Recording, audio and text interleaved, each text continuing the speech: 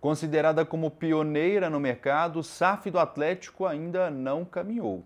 Mas por que a demora? Será que há algum risco de um negócio melar? E mais, falaremos também sobre os executivos que querem zerar as dívidas do clube até o fim de 2024. Para a gente poder fechar, uma fonte nos garantiu que poucas mudanças virão para o ano que vem. Para quem não me conhece, me chamo Henrique Musi, sou jornalista por formação e estou no Bica Galo de segunda a sexta para te fazer companhia e trazer, claro, notícia séria e com responsabilidade. Antes da gente seguir, peço aquele carinho de sempre, para a gente tentar bater 1.500 likes nas próximas 24 horas. Conto muito, mas muito mesmo, com a sua ajuda. Vamos então ao que interessa. O tema de hoje, mais uma vez, é a SAF, a gente tentando apurar em todas as instâncias. E aqui eu vou trazer basicamente um apanhado do que a gente conseguiu desde o momento em que a SAF é aprovada no Conselho Deliberativo e os motivos pelos quais o Atlético ainda não conseguiu avançar com essa pauta, com este tema. No dia 20 de julho de 2023, todo mundo se lembra, ou pelo menos a maioria das pessoas aí que são, os atleticanos, de que a SAF foi aprovada no Conselho Deliberativo. E ser aprovado no Conselho Deliberativo, após este processo, há uma série de instâncias. Eu vou trazer aqui o que foi aprovado no Conselho e o que tem que acontecer daqui para frente para que o clube realmente se torne uma SAF. No dia 20 de julho, o Conselho aprovou, então, que 75% da SAF do Atlético pertenceria à Galo Holding e 25% à associação, ou seja, 25% permaneceria, então, com o próprio Atlético.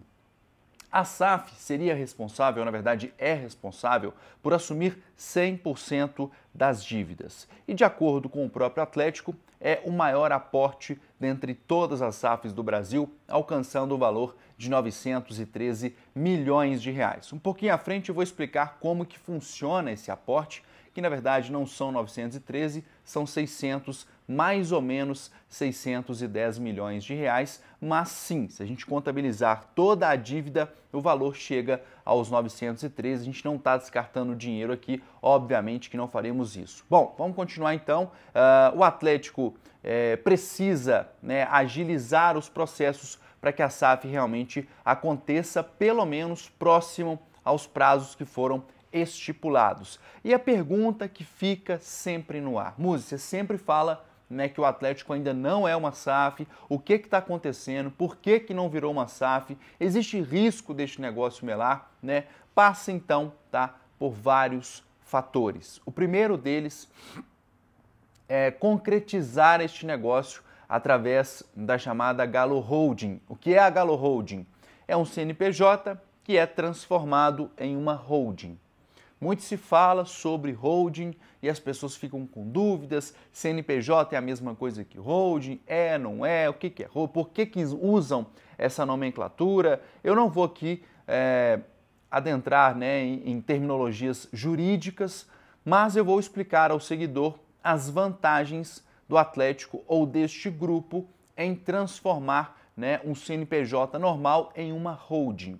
A holding traz para os investidores ou para os societários, assim melhor dizendo, proteção patrimonial, redução de carga tributária, um planejamento sucessório bem mais linear e por aí vai. Ou seja, você protege mais o seu negócio do que simplesmente fazer o que a maioria das pessoas fazem, que é criar uma empresa através de um CNPJ e ali sofrer uma série de circunstâncias ao longo dos anos. Então, o Atlético, para se blindar destes problemas, os investidores precisam necessariamente passar pela transformação em uma Galo Holding, ou seja, em uma holding. Aprovado este processo, passamos então pela criação do CNPJ, primeiro, na verdade, pelo Conselho Deliberativo, criação de CNPJ, a holding, aí sim a documentação, estando 100% formalizada, os societários,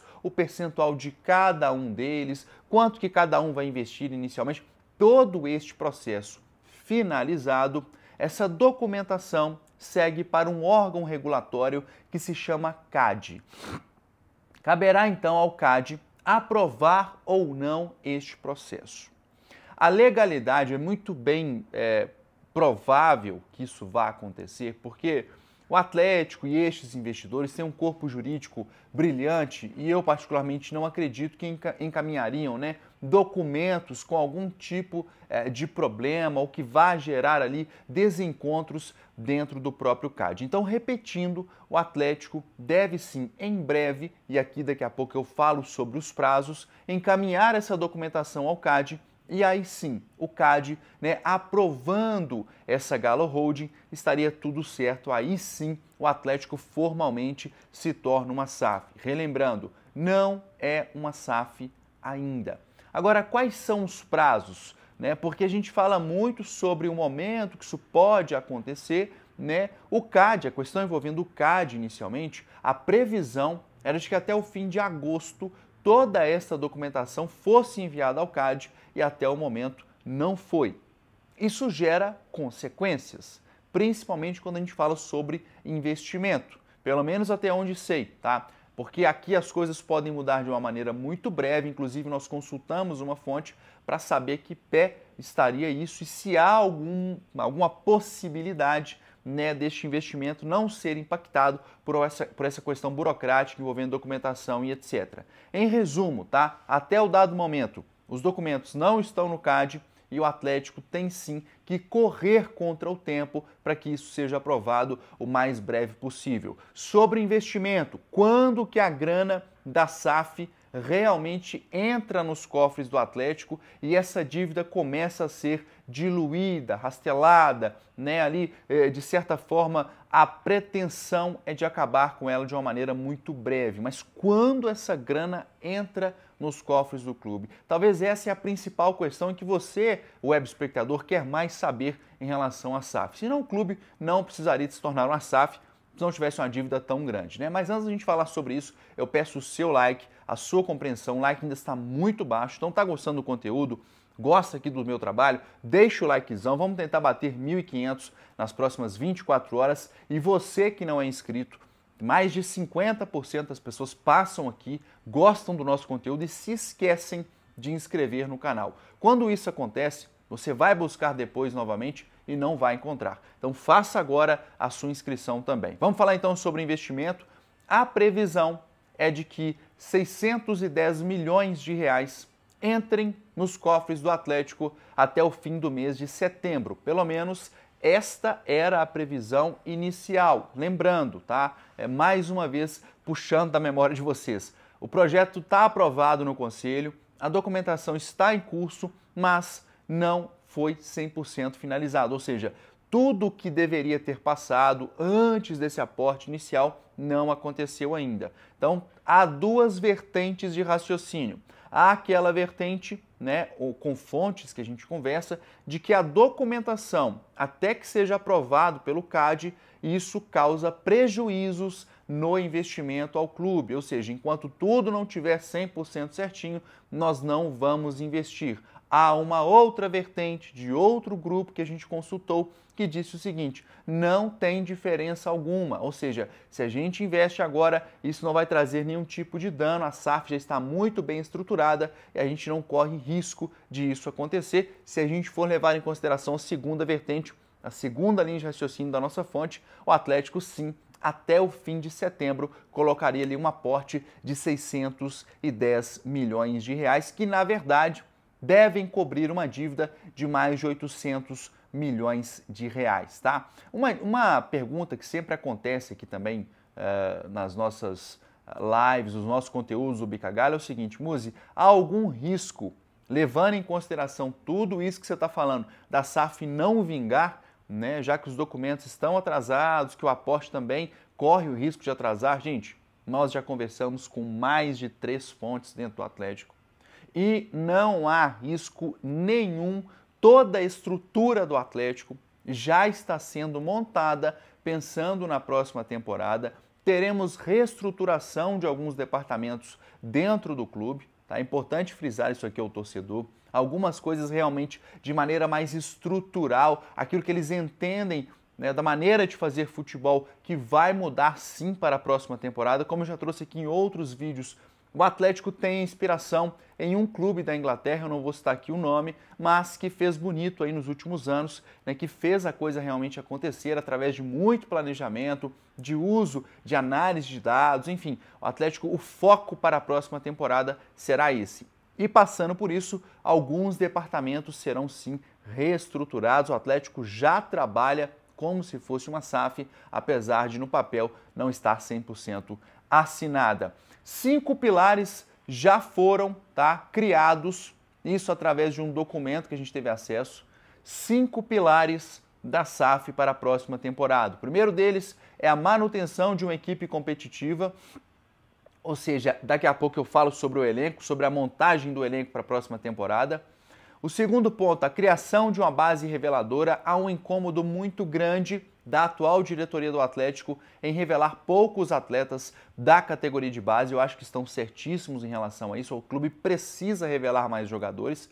O equilíbrio financeiro é o terceiro pilar. Quarto, a modernização de equipamentos na Cidade do Galo. Aí vem vestiário, diretoria, academia, muitas coisas serão mudadas no Atlético no ano que vem. O dinheiro, o aporte inicial não será só para o pagamento de dívidas, mas para a reestruturação, ou seja, para ter ainda melhor um centro de treinamentos que já foi considerado como o melhor do Brasil, né, que ele possa dar este salto de qualidade. E quinto e não menos importante nestes pilares aí da SAF para o ano que vem, né, é o fomento às ações sociais. Cerca de 1,5% a 2% da renda líquida da Arena MRV será destinada ao Instituto Galo, que fará cada vez mais ações, né,